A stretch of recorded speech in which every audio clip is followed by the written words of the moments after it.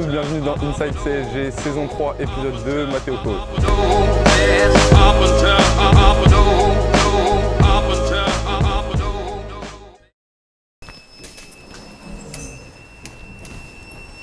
Salut, c'est Matteo Coe, on se retrouve aujourd'hui, il est 9h10, du coup on va faire un shooting avec l'équipe de Rouen, donc l'équipe de Pro B. Ça va durer environ 1 heure, donc on shoot, on revoit un peu les systèmes tactiques, on revoit un peu l'adversaire. Après il y a peut-être 30 minutes de vidéo, donc on va analyser un peu ce qu'ils font, les joueurs, et puis après on se retrouve chez moi. Je vais me reposer etc. pour être en forme pour le match de ce soir. Et puis on verra ce que ça donne. La suite, c'est qu'on se retrouve demain du coup à la salle de Gravenchon pour jouer contre Brest. Donc ça va être un gros match, c'est important, ça fait longtemps qu'on n'est pas venu à la salle, donc ça va faire plaisir.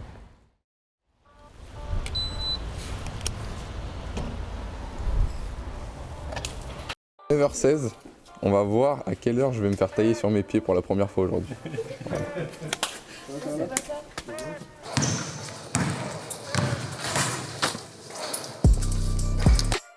9h34, ça fait 18 minutes.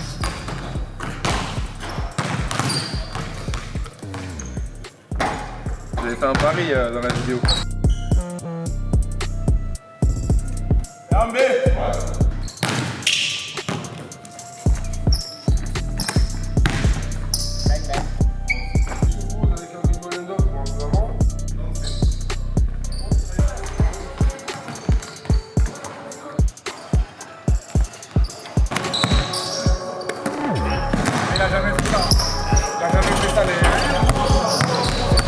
C'est juste pour la vidéo.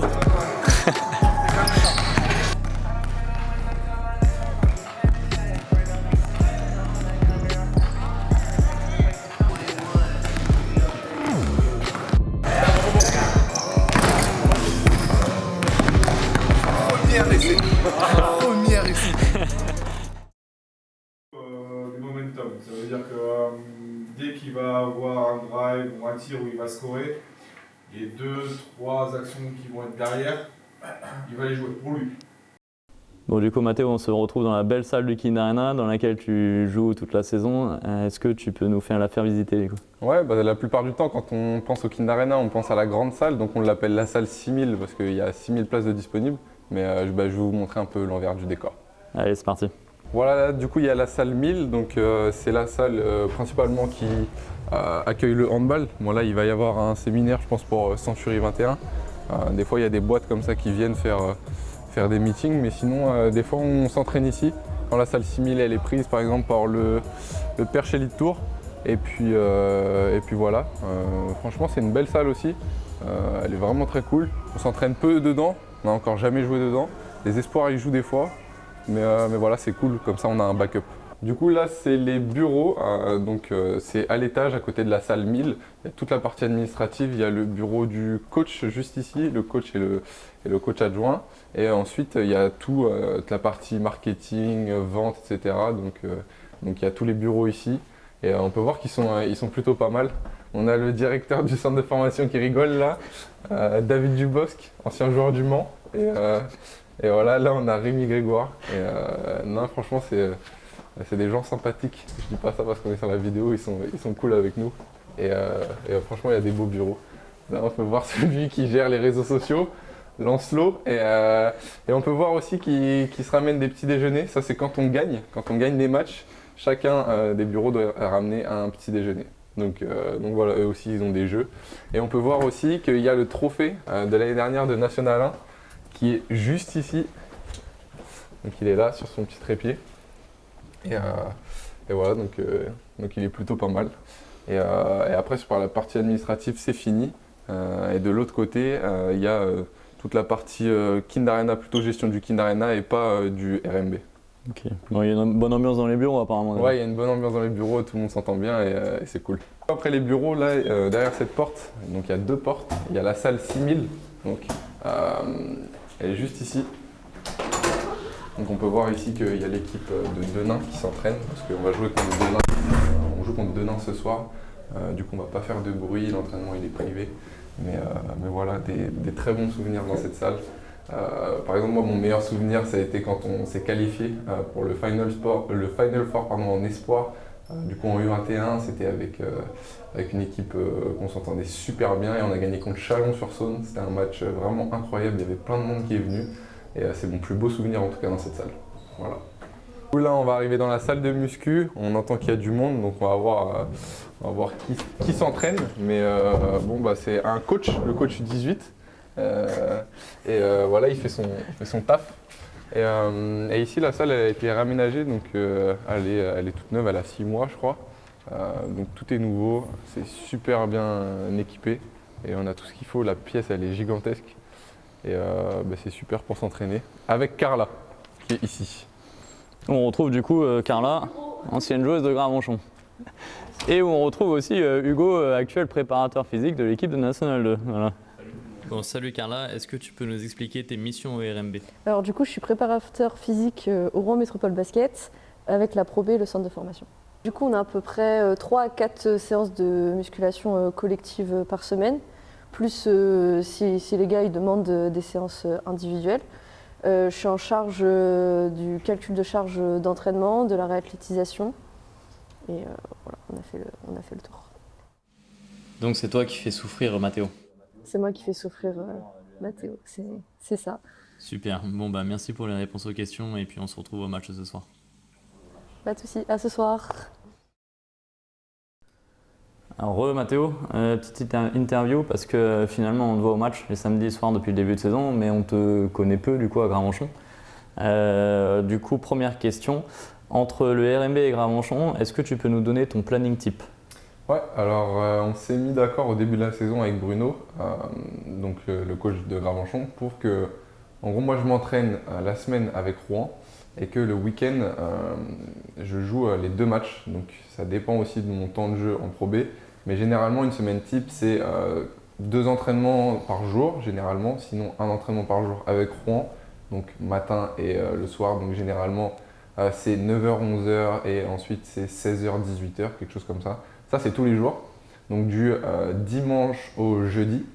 Ensuite, on a un match le vendredi avec Rouen en Pro B. Généralement, c'est comme ça en tout cas. Quand on joue à domicile, le vendredi matin, donc comme aujourd'hui, on va au shooting le matin. Donc c'est un entraînement qui est light et le soir, du coup, on joue. Et puis le lendemain, du coup, le samedi soir, je joue, si encore on est dans un match à domicile avec Gravenchon, le samedi, toute la partie du samedi jusqu'au soir, j'ai rien, j'ai pas d'entraînement, donc je me repose du match de la veille.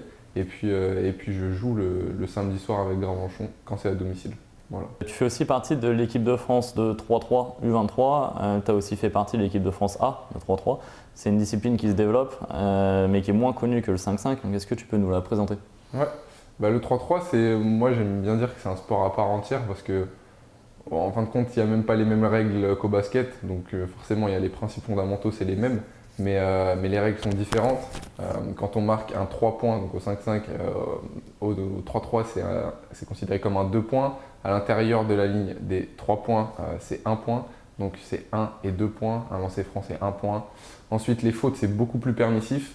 Et puis, ce qui différencie vraiment la discipline, c'est qu'on joue sur une moitié de terrain et que quand on passe notre joueur, donc si on bat nos joueurs en duel, généralement on a le panier qui est ouvert, il n'y a pas beaucoup d'aide comme en 5-5.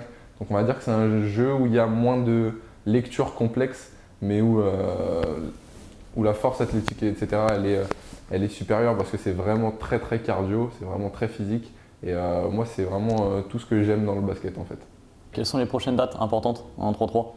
Les prochaines dates, généralement, c'est l'été que ça se passe, puisque on peut pas, ils n'organisent pas des compétitions internationales pendant la saison de 5-5, parce qu'il y a des joueurs, vu que la discipline se développe, il y a des joueurs qui font du 5-5 et du 3-3. Donc aussi, il y a des équipes qui se professionnalisent en France, donc comme l'équipe de Paris. Mais généralement, c'est plutôt l'été. Donc en fait, on va avoir les dates au fil de l'année. Là, dans une semaine, j'étais convoqué à un stage en février, du coup, qui se déroule à Beauvais. Et en fin de compte, j'ai été appelé pour me dire que j'allais être premier remplaçant. Donc c'est pas grave, juste c'était ma prochaine date. Et sinon, les dates d'après, du coup, ça va être, je pense, en juin, juillet, août et en septembre. Généralement, c'est vraiment 4 gros mois pour le 3-3. Et après, pour l'équipe professionnelle donc de Paris, ça se déroule un peu toute l'année. Voilà. On va passer aux questions de followers sur Instagram, Facebook qui ont posé beaucoup de questions et puis des questions aussi des licenciés du club. Alors la première question, c'est une petite U13 du club, donc Mindy, qui demande quel conseil aurais-tu à me donner pour progresser plus vite et me différencier des autres? Ça va être vraiment des réponses bateau, mais moi, je vais me prendre un peu comme exemple. Quand je suis rentré au Pôle Espoir, etc., j'étais vraiment pas du tout le plus fort de l'équipe. J'étais pas le plus grand, pas le plus musclé. Je saute toujours pas haut, je cours toujours pas vite. Donc j'ai vraiment aucune qualité qui sort du lot, mais j'ai travaillé sur des points, donc c'est-à-dire le tir. J'ai complètement remodelé mon tir qui était un peu en dessous de mon menton. Maintenant, j'ai rechangé mon tir. Donc si j'avais des conseils à donner, c'est focus-toi sur les bases. Essaye pas de faire des choses extravagantes comme on peut voir un peu en NBA. Généralement, quand je vais voir des petits, donc des U13 ou des U11, je vois qu'il y a des petits qui essayent de faire un peu des trucs vraiment hyper compliqués. Donc juste soyez bons sur les points simples et soyez vraiment bons dessus. Donc ça passe par de la répétition et ça passe par bien faire de la répétition aussi. C'est-à-dire que si vous répétez tout le temps un mauvais geste, donc par exemple si vous voulez améliorer votre tir, si vous répétez tout le temps un geste qui est mauvais avec votre coude qui part n'importe où, etc., vous allez avoir un mauvais tir et au final vous allez être maladroit. Donc essayez de aussi vous entourer avec des bons coachs et puis de la répétition. Moi personnellement c'est ce que j'ai fait et personnellement pour jouer en professionnel, je sais que ma qualité en ce moment c'est ma qualité de tir, donc il faut que je répète le plus possible mon shoot à 3 points et voilà. Donc si tu veux te différencier des autres, essaye pas de faire plus compliqué, juste travaille plus qu'eux. Voilà. Et elle te demande si tu accepterais de faire un entraînement avec elle, avec les U13 filles de Garmanchon. Alors ouais, je pourrais faire un entraînement. Après, je ne sais pas si je vais réussir à me mettre à votre niveau, mais j'essaierai en tout cas. En fonction de ton emploi du temps. Si ton emploi du temps le permet un jour, Ouais, peut-être que... pas de souci. Ok. On va passer aux questions maintenant qu'on a reçues sur Instagram. La première question, c'est ça fait quoi d'alterner entre NM2 et Pro B? Est-ce que le rythme n'est pas trop dur? Donc une question de Clément Avenel. Le rythme en soi n'est pas vraiment compliqué parce que depuis qu'on est plus petit, donc au Pôle Espoir, etc., on est conditionné à vraiment avoir une grosse charge d'entraînement. Et puis ça ne me change pas vraiment des années précédentes puisque je jouais en pro et en espoir. Donc en fait, c'était un peu la même chose. Sauf que là, en fait, c'est un niveau que je découvre.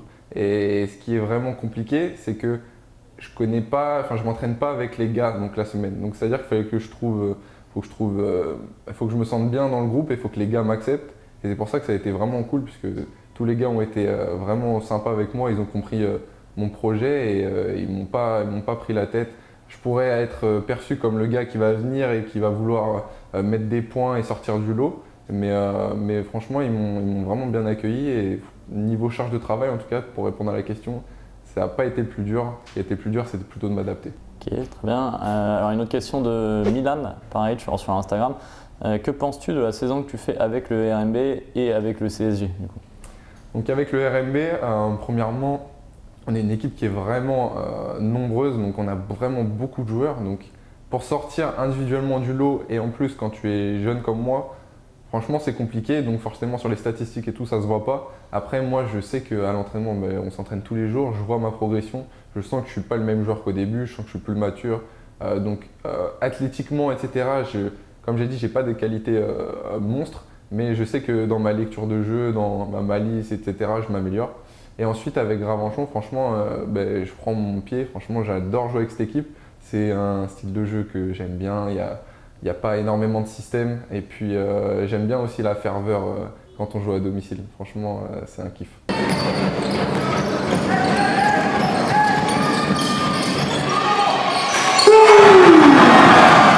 Question suivante de Salomé.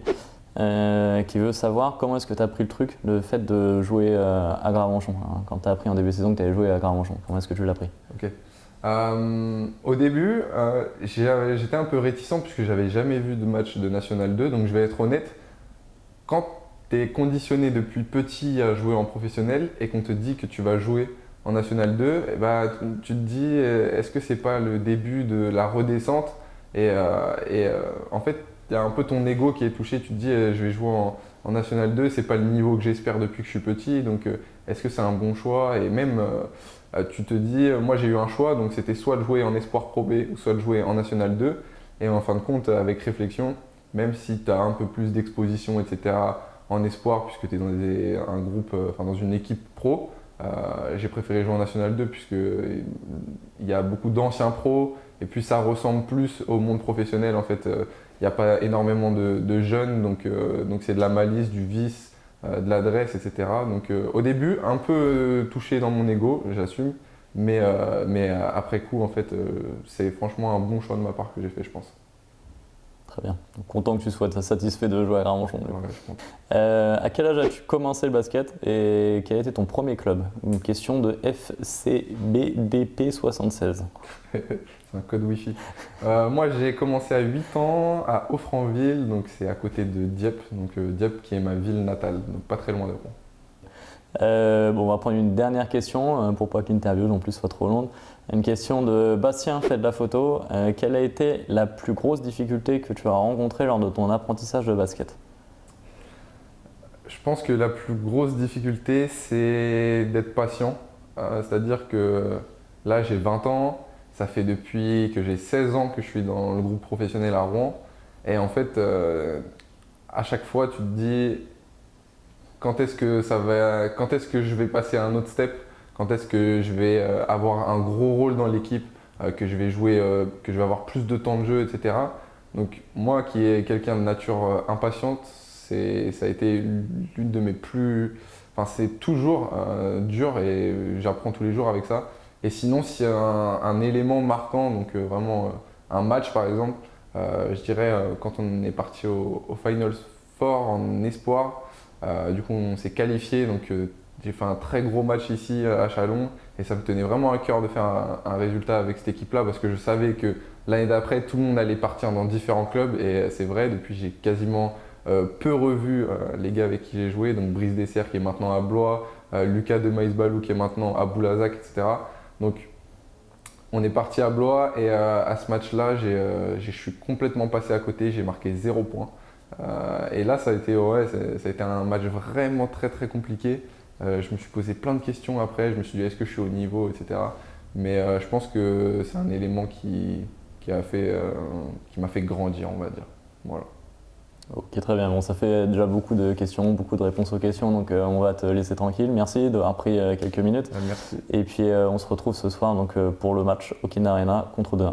Exactement, à tout à l'heure.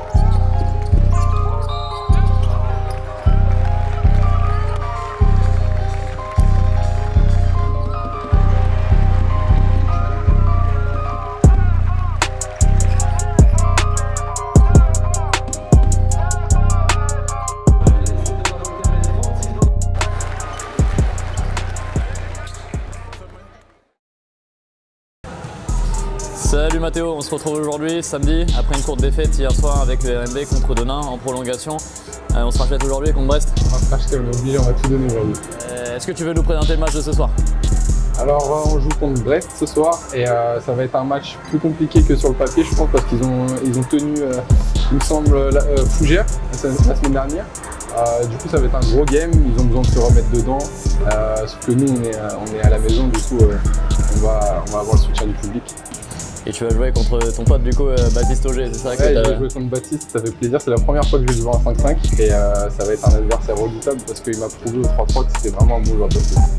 Ok, bon bah on se retrouve pour le match. Exactement.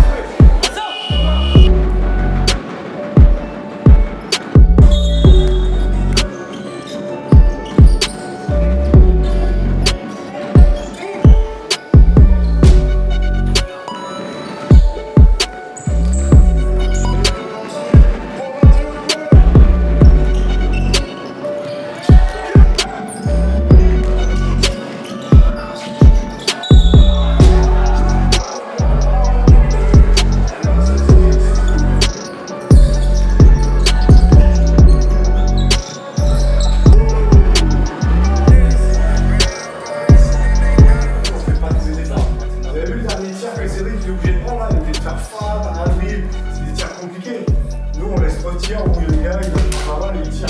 On sait que c'est à droite, donc faut qu'il prenne.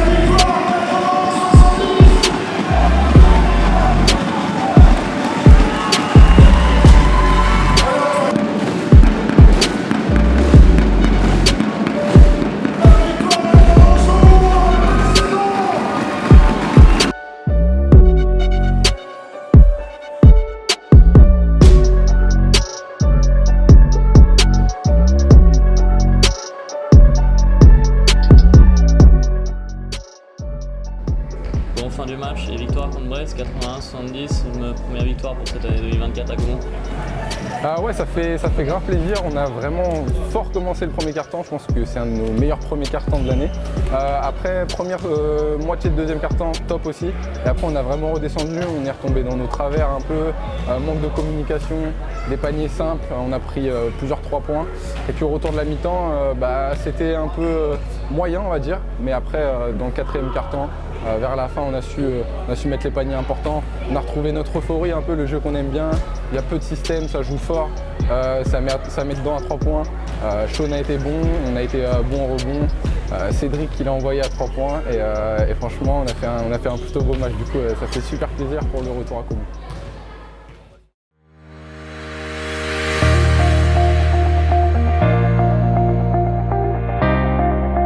Alors pour conclure ce Inside CSG, je tenais à remercier quelques personnes, notamment des coachs de basket qui m'ont fait aimer vraiment cette discipline. Je pense à Vincent Bonave, coach du RMB, centre de formation, Clément Véronnet aussi, qui était mon coach en espoir et aussi plus jeune en U15 dès que je suis parti de ma maison. Et ensuite dans le basket professionnel, il y a eu Alexandre Ménard, qui m'a lancé un peu dans le bain professionnel, et mon coach actuel, Sylvain Delorme. Et pour le ski du 3-3, je tenais à remercier Sylvain Maurice qui m'a donné une opportunité incroyable. Et pour conclure, le meilleur pour la fin, Bruno Suarez, avec qui j'ai gardé de très très bons contacts depuis qui m'a coaché au pôle et qui m'a donné vraiment une belle opportunité de jouer cette année à Gravenchon. Et que je ne m'attendais pas à prendre autant de plaisir à jouer ici. Donc je tenais à le remercier, tous les coachs que j'ai mentionnés. Dis quand tu veux. Directeur du centre de formation qui rigole là, David Dubosc, ancien joueur du Mans. Et voilà, là on a Rémi Grégoire.